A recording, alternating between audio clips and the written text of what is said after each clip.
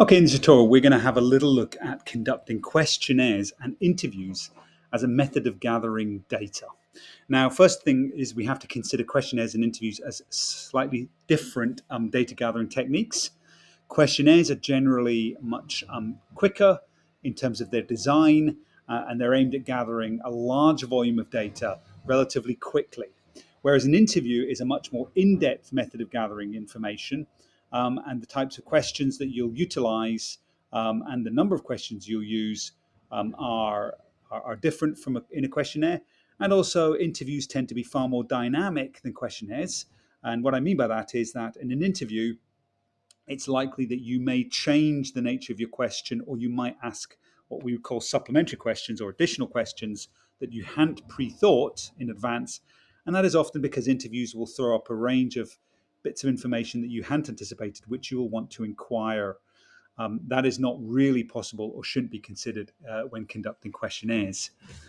Okay, so what I would suggest you do is you spend a bit of time reading through the actual resource that goes with this particular tutorial. What I'd like to focus in on is not how to conduct questionnaires and interviews, although certainly when it comes to interviews, how you conduct them is actually quite important in terms of getting quality data.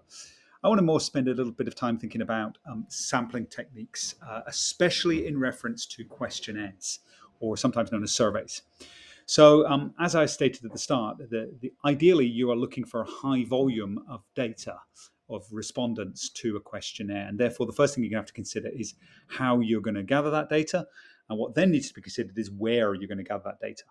Now, your data can be gathered in one of two ways. It can be done live in an environment, for example, a town centre or a residential environment, where you directly gather the data from the respondent. And there's lots of reasons for wanting to do that. People are more likely to be honest with you when you speak face-to-face. And you're definitely going to get your data back at the end of the process. Whereas if you do online questionnaires or surveys, there's going to be a much higher chance that people are not going to respond. Another aspect of doing live data gathering in the field is that it ensures that the data has come from the location that you would like to get the data from, especially if that is important.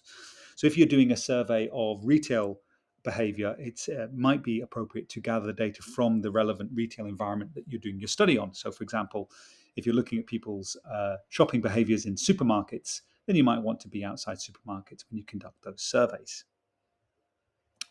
Now, in terms of the volume, the size of your sample, well, that's going to be largely down to the amount of time you have available and how effective you are at stopping people and getting them to engage with your process. Now, what will influence that will be how long your survey lasts.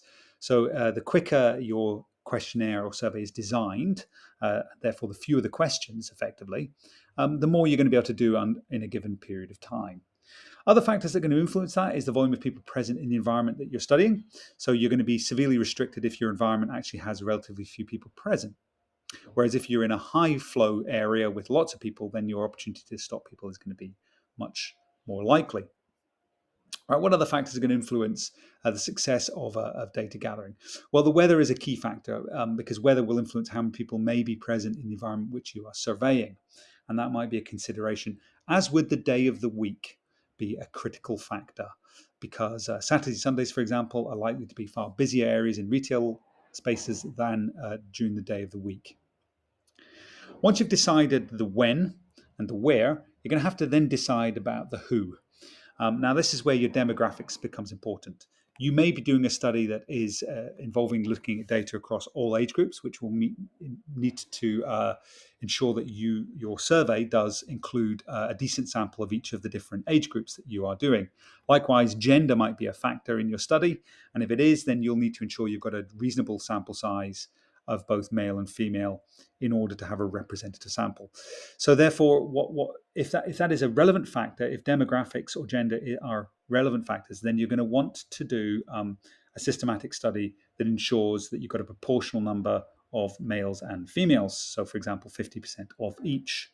So if you're going to do 50 surveys, then 25 might need to be male, 25 might need to be female. Likewise, if you're going to do young, middle-aged and older people, then you'll want to ensure you've got a proportional representation of each of those. And that needs to be built into your sampling strategy. In terms of actually then going ahead and designing You can have a little bit of a read of these additional things in the main resource.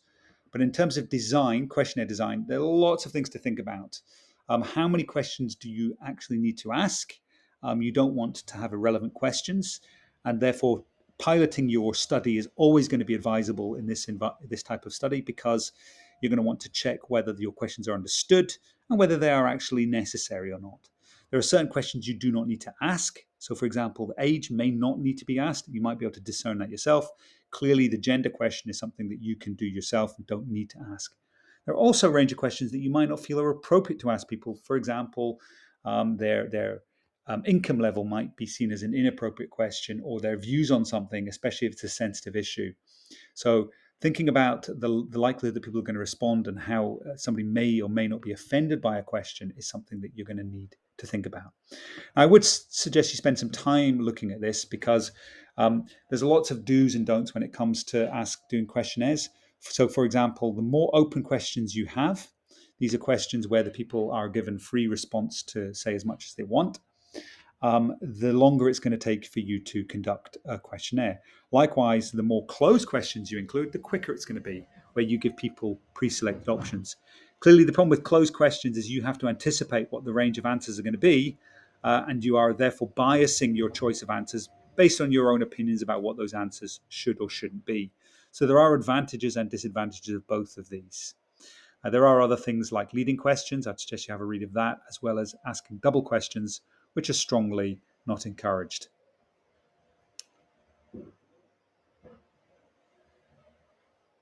There are some particular aspects to how you conduct yourself during a questionnaire, which is worthwhile reviewing just on your screen right now. Likewise, when it comes to interviews, as they are very different processes, you need to consider the length of time you want your interview to last, and the environment in which you are going to set your interview needs to be thought about, because it needs to be an environment in which the person is going to feel more relaxed to respond. The pilot study is also going to be definitely encouraged in this, and not having leading questions is also really important. So you're wanting the person's genuine response rather than a response that you are leading them towards. There are some more important issues about how to actually conduct interviews, and important issues and problems that relate to conducting questionnaires and interviews that we can see on your screen.